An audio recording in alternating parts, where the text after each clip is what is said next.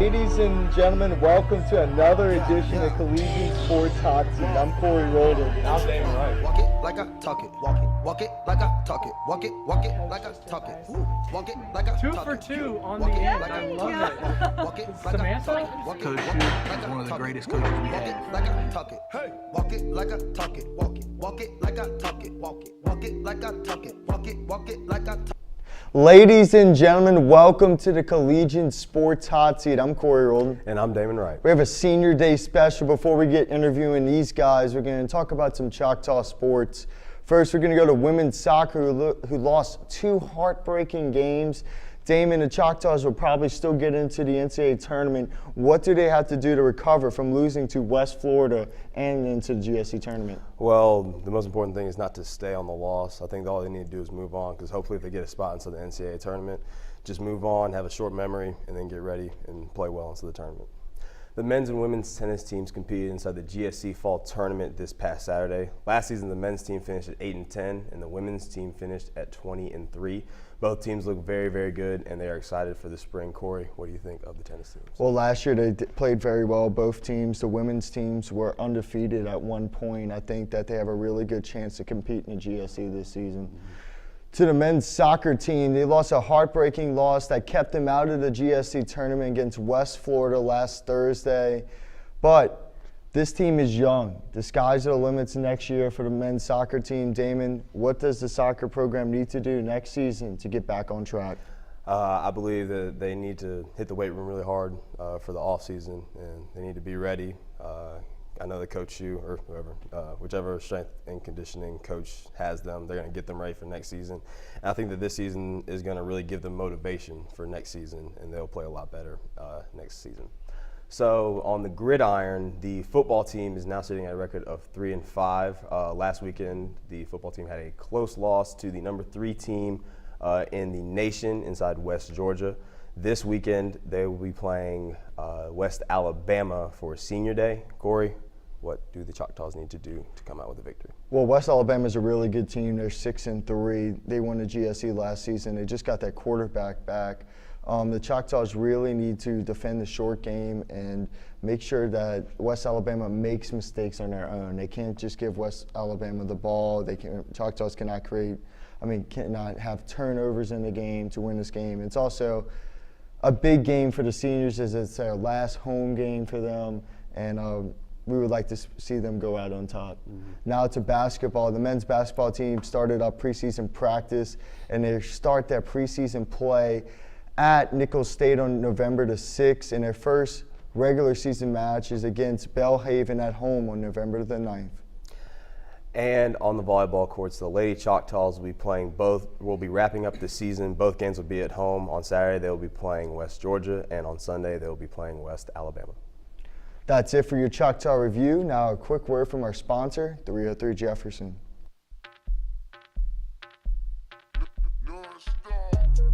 Came through drippin', came through drippin', came through drippin', diamonds on my wrist, they drippin', ice.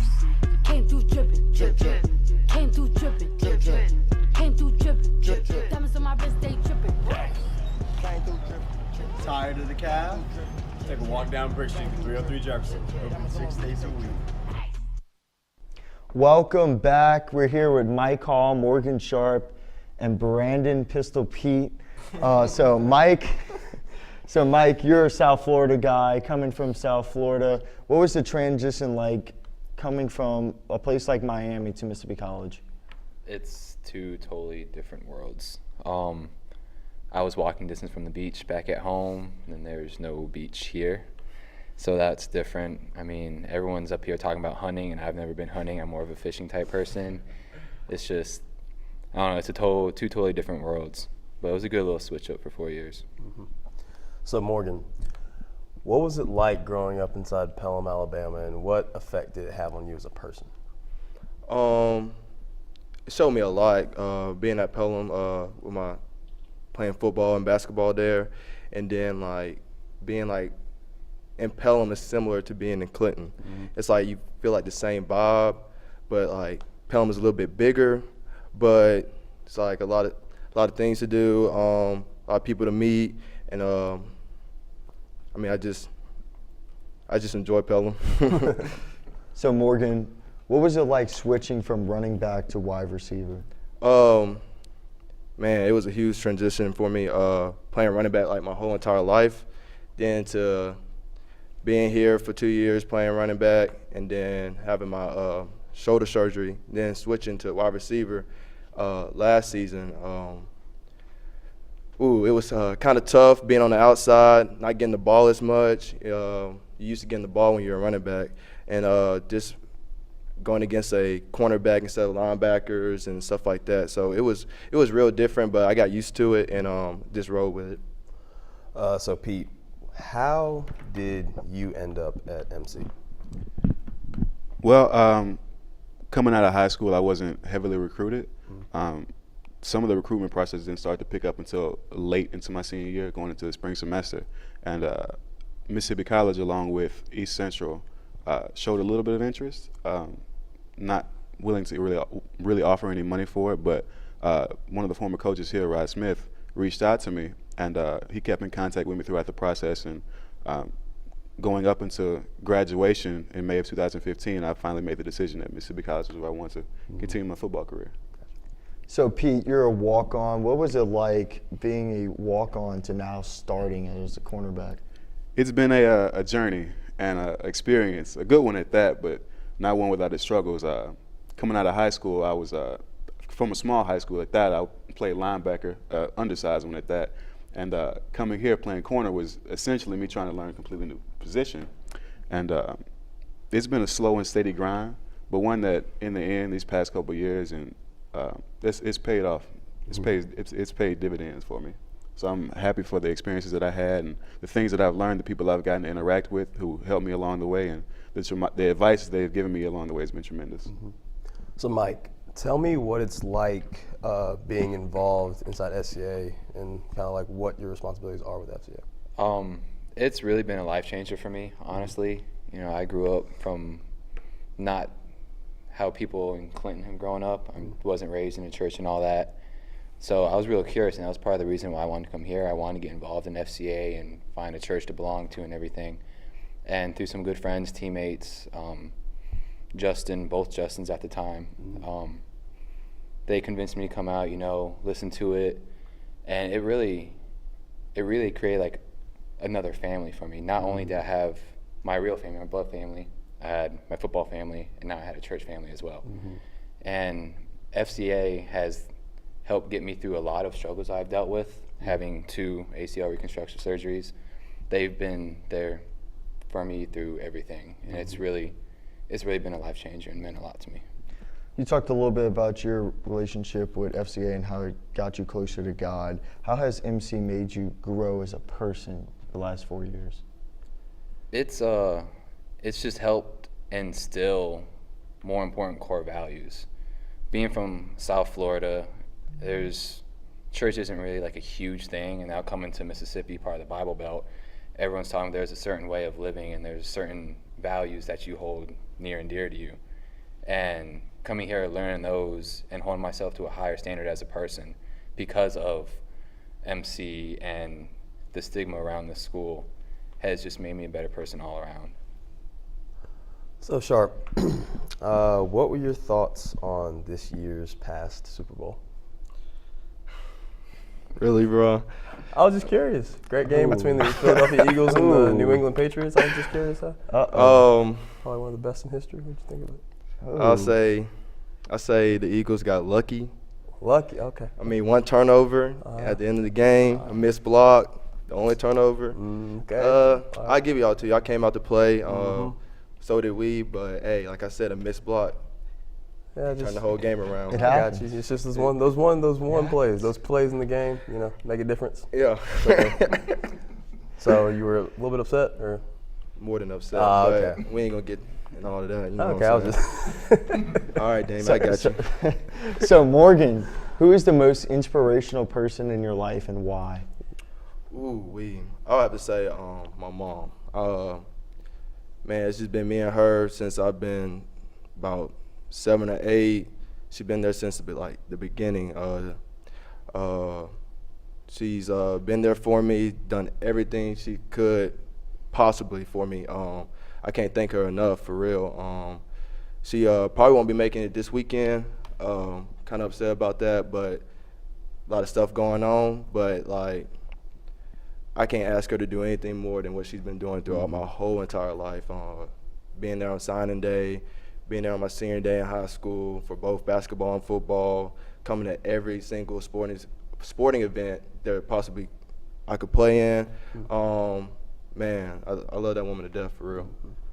So, Pete, tell me a little bit about what it's like playing the cornerback position and what type of mentality you have to have when you go on the field. Well, playing cornerback is, in my opinion, the hardest position to play on the field. It comes with having to have just about perfect technique in everything you do, because unlike some other positions, if we mess up, that's a touchdown. It's one that you have to be just about perfect in fundamentally and mentally. And speaking of mentally, you have to come in with a really brash bravado. A lot of confidence is required to play the position, because like any sport, bad things are going to happen, but it's all about how you bounce back from those bad things. And that's a mentality that I've been able to develop pretty well these past few years playing. My confidence has steadily gone up year in and year out, along with my abilities and physical attributes, and I'm really thankful for that. So, Pete, I know you're a Patrick Peterson fan. What do you like so much about his game? Patrick Peterson, he's been the hardest working player I've seen outside of Larry Fitzgerald for the Cardinals organization from the past since he got drafted, really. I was a fan of him coming out of LSU. He's always spot on with what he does, one of the best athletes on the field all the time. Could switch up and play receiver if he wanted to. He's an asset that the Cardinals will hopefully try to keep for the next several years. I heard he wants to be a New Orleans Saint, but we keep that. Not so sure about that one. So Mike, on Twitter we see that you stay in contact a lot with your parents. Tell us a little bit about what your relationship is like with both of them. They've been there for me through everything, kind of similar to what Sharpe said.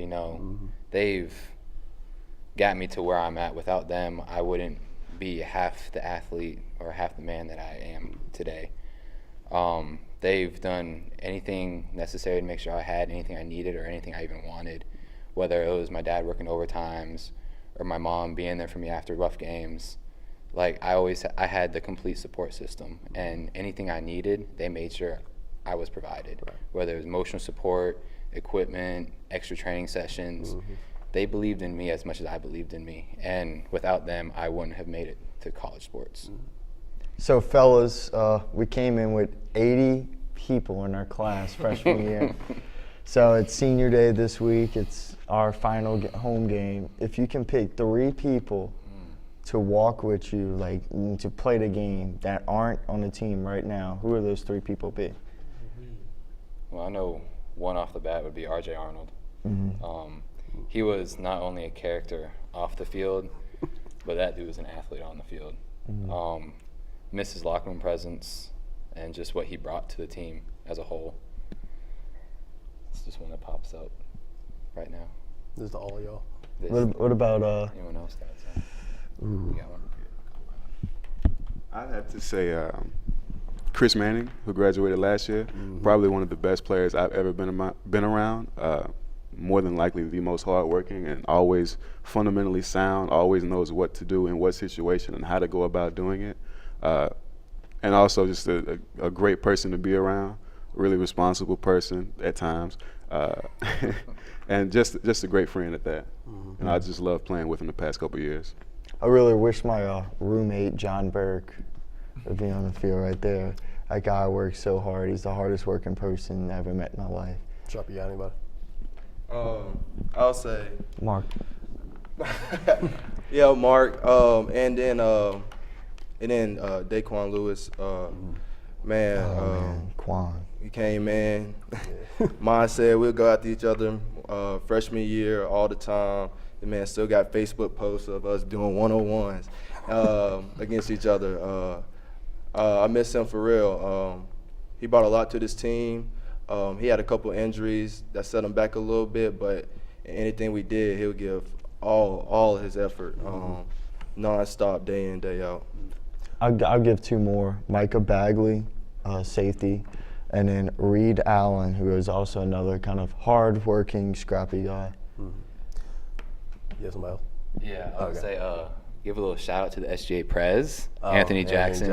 Oh, We that's gotta it. bring him back. Good old ticket to topic. Yes. He Locker room presence was definitely that was something else. He brought the Mohead onto the field. I never seen that till I met him, and that was something else. But he came to my mind too. Yeah. Bring him back. So to all of y'all, including you, Corey, if you want to answer it, what has been your favorite memory as a Choctaw? I know there's a lot of them, but if you can pick one. You can either choose just football or off the field, whichever one you're.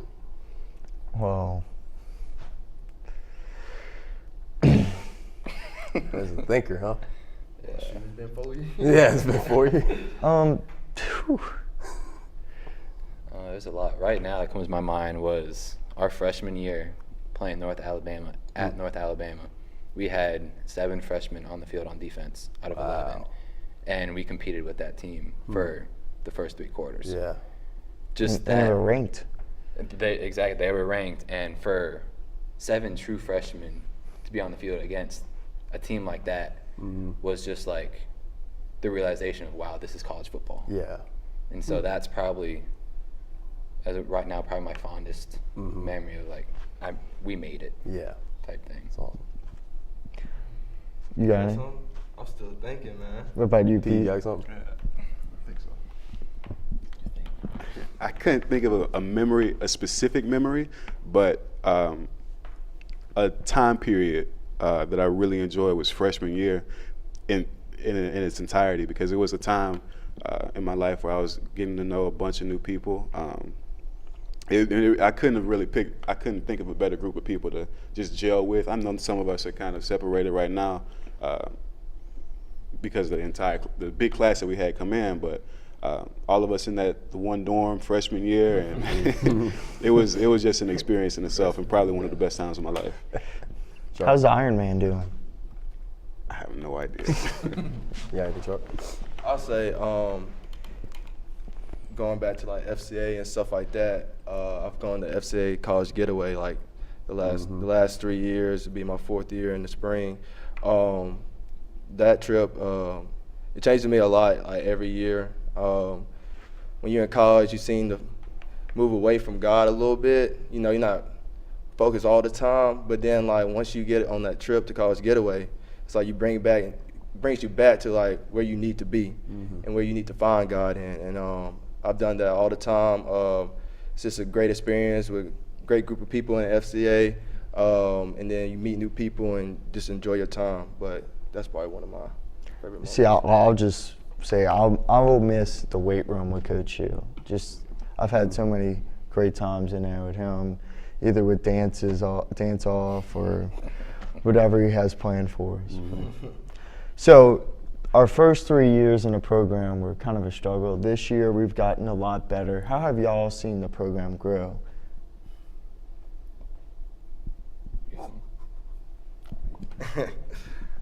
It's grown a lot. Like I said, like we've all said, being here since freshman year, it was like you can see it like coming up, but you have to like Joel and B said, you got to trust the process. And so like being our senior year, you actually see where people being physical, people going after each other day in, day out, giving all the effort. You see like the recruiting getting better every year. But since my freshman year, each year we've gotten better, and then now it's like right there, we got to get over that hump that's there, that big hump that's there. We got to get over it. But I know like it's coming, for real, for Mississippi College is coming. Kind of bouncing off of what Morgan said, you know, I feel that this team has been the most bought-in team that we've had since we've been here. And that's something that, you know, Coach Bland talks about a lot, is buying into the program, buying into our beliefs and what it is to be a Choctaw. And I feel like this team has exemplified that the most since we've been here for the past 4 years. And as Morgan said, we're at that top of that hump, and we just need that little kick just to get over, because we have the potential to be one of, if not the best team in the GSC. And I believe that wholeheartedly, and I'll believe that for as long as I'm alive, always being proud of being a Choctaw. Like, this program is going to be back to what we were back then. So there, like you said, you can see it. There's glimpses. There's glimpses of greatness that's going to come. Yeah, I think Pete. And just like these guys said, the past few years and the people that have been here, it's just becoming a culmination of what we want to be exactly. Like just to reiterate what they said, we're almost there. Every year the team morale and the intensity is always picked up steadily, and we're continuing to add new pieces each and every year. And hopefully soon we should be able to get the success that we want. Choctaws on the move. Choctaws on the move. Can all of you recall the first time that you met each other individually? I think Conditioning test? Well, there's that. I don't know if you remember this, Sharpe, but we had a group me right when we committed. I don't know who made it, but somehow we got a group me with about like at least 25 of us, and we're all talking about like how it's going to be lit being in college, and we were all staying in Crestman and everything, and all right, who's in what rooms, who's roommates and stuff. So that was the first time talking. Granted, you can't meet through a group text, but you kind of can, if that makes any sense. Yeah. So I remember Morgan was in that. Pete was kind of quiet. He kind of stayed in that room with RJ that freshman year. But that would probably be the conditioning test when I met Pete. And then can't forget Corey. Good old NOLA boy, claiming to be the Rougarou, but that was probably conditioning test too, because there was. That was brutal. That was bad. That was back when it was. Did you pass? 150s. 10? 10 of Oh them. my Lord. Okay. Did anybody pass? I passed. There was, out of the linebackers that year, there was 4 linebackers that passed, and 3 of them were freshmen. Me, Tick, and Josh Swagger. Oh my gosh. Swagger, that's a name drop. TBT. Wow. But that's what I remember as far as meeting all y'all. Yeah. Same with him. So, last home game. What are the emotions going through you right now? What are you going to miss the most? Since I'm holding the mic first, me personally, I'm not gonna be playing. I'm gonna be on the sideline in my jersey. Again, I had another ACL reconstruction surgery 2 years in a row, but it's gonna be pretty emotional for me. Not gonna lie, I'm a pretty emotional person. Just being out there one last time with my brothers that I've been with for 4 years, not being able to fight with them on the field is going to bring a whole another wave of emotions to me, because we've gone through a lot together, and we've gone through it together, not separated. Right. So it's going to be hard, but I wouldn't change it for the world, because it's changed my life for the better, and this has been a great ride. But I'm gonna be emotional. It's gonna be something else. Yeah. Not being able to be on the field. Possibly being my last home game as a Choctaw. It's going to mean a lot. Like Mike said, been going through this process with my brothers. Just sticking it out every day. I'm going to miss it, for real. I enjoyed the last 4 years with all my teammates. Yeah, I'm gonna miss it for real. Yeah, man. It's gonna be a special day. Emotions I know are gonna run heavy for all of us. It's gonna be something that we're gonna look back on for years to come, for the rest of our lives, I'm sure. I know in my case it will be. But it's gonna be a special day. I look forward to it. What does the future hold for each one of you? Well, hopefully grad school at some point in the future. I'm not sure how much longer football is going to last for me. I'll give it a shot if an opportunity presents itself. But to go the safe option, I know grad school is going to be in the future for sure. Like Pete said, possibly grad school, and then just knowing football is life. Giving it a shot for the next level. any level there is. I'm gonna try. Don't work out. Try to become a coach somewhere. Get started. Yeah. I'm not going to have the opportunity to go on farther for football, but I'm going to be watching these boys and rooting them on and hoping the best for them. But definitely grad school, physical therapy school. Going to have to take a year off, work for a little bit, study up. Hopefully, be a physical therapist and use the knowledge that I've gained throughout my surgeries and my years and help people get through that since I've been there. I'm going to say it's been an honor to play with y'all. We had 80 people in our class, and 9 of us are standing. It's been great. Well, that's it for this segment of Collegian Sports Hot Seat. Now with JJ Magic. What's up, y'all? It's JJ Vaden. I'm finally back, and it's magic time. Hey, let's go. What I have here is just a regular deck of cards, okay? Everyone sees that, okay? And what I'm gonna do is I'm gonna go through, okay? And as I'm going through the cards, just reach and pull one out, okay? Just kind of pull one out. That one. All right. Look at that one. As long as it's not the Jack of Hearts, that would be weird if that was the Jack. Oh my God. That was. You want to hear this? I'm gonna get easier this time. Just don't pick the Jack of Hearts, okay? Okay. Okay. It makes it. So this time I'm just working my thumb down the deck like this and tell me to stop whenever you want, okay? Stop. Right there. You sure? Yeah. All right. Take that card. Look at it and remember, okay? Make sure it's not the Jack of Hearts though. Can I show it? Yeah, you show them. The Jack of Hearts. Okay. This time I'm gonna mix the cards up, okay? Just don't pick it, okay? It's easy. It's easy. Just okay. Now this time tap the back of any card, but don't pick the Jack of Hearts, okay? Just tap the back of any card. Just tap it. For this one? Yeah. Are you sure? All right. Yeah. Let's see what card it is. Is it? Okay. How are you doing that? I don't know. How are you doing I'm not doing anything. You're You okay. doing it. Last time, just tell me when to stop. Is all the cards the Jack of Hearts? No, just tell me when to stop. Stop. Right there? Yeah. Okay. Well, let's see what. I mean, I'll go ahead and show you that that's the only Jack of Yeah, Hearts. let's see all the decks. In the whole deck. I mean, I don't know. Oh. Got a Jack of Diamonds, but there's no other Jack of Hearts. That's weird. I just have a deck of cards here. I want to show you that it's just a regular deck. Nothing special about it. What I want you to do is just, as I go through the deck, just go ahead and just slide a card out, okay? Just slide one out. That one? All right. Look at, remember, okay, as long as it's not the 5 of diamonds. That would be weird if that was. We show the camera? Yeah. All right, we'll do for real this time, okay? This time, I'm not going to look. Just go ahead and reach in and pull one out. Okay, show it to the camera, but I don't want to see it. You got it? Yeah. All right, just tell me when to stop. Stop. Put it right there?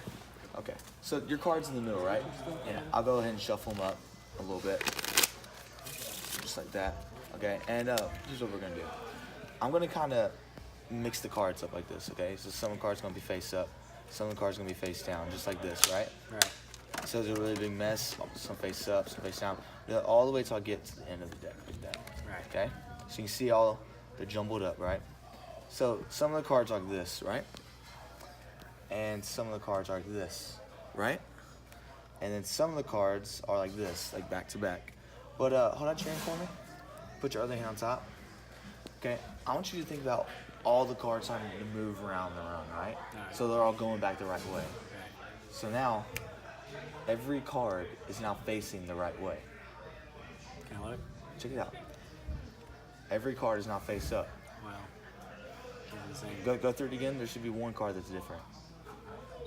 Right there. Check it out. Nice. I have a deck of cards here. What I'm going to do is I'm just working my thumb down the deck like that. Just tell me to stop whenever you want, okay? Stop. Right there, you sure? Okay. Well, take a look at the card you stopped at, and it's okay if I see it. You got the 7 of spades, okay? 7 of spades. Hold out your hand for me. Okay, and put your hand right on top of the 7 of spades, okay? And I'll take the next card down, the King of Diamonds, okay? Someone see that? Check this out. So you have the 7 of spades, and I have the King of Diamonds, right? Watch what I can do. If I can just give it a little shake. Now I have the 7 of spades, right? Look at the card that you have. All right, y'all, that's it for me. I'm JJ Vaden, and I'll see y'all next time. Well, that's it for JJ Magic. And now it's for our next segment with KB with What's Up with That. Okay, last week y'all were down by 3 at halftime, and a good portion of the student section left. So, like, what's up with that? What's y'all's take on that? Well, I've been here 4 years, and that was the biggest crowd I played in part of here. Okay, we're playing number 3 team in the country. We're down by 3 in the fourth quarter. That's when I would hope the student section would be there the most, be the loudest. Understand that homecoming's tiring and there's a lot of stuff going on, or all the pledges are up all night.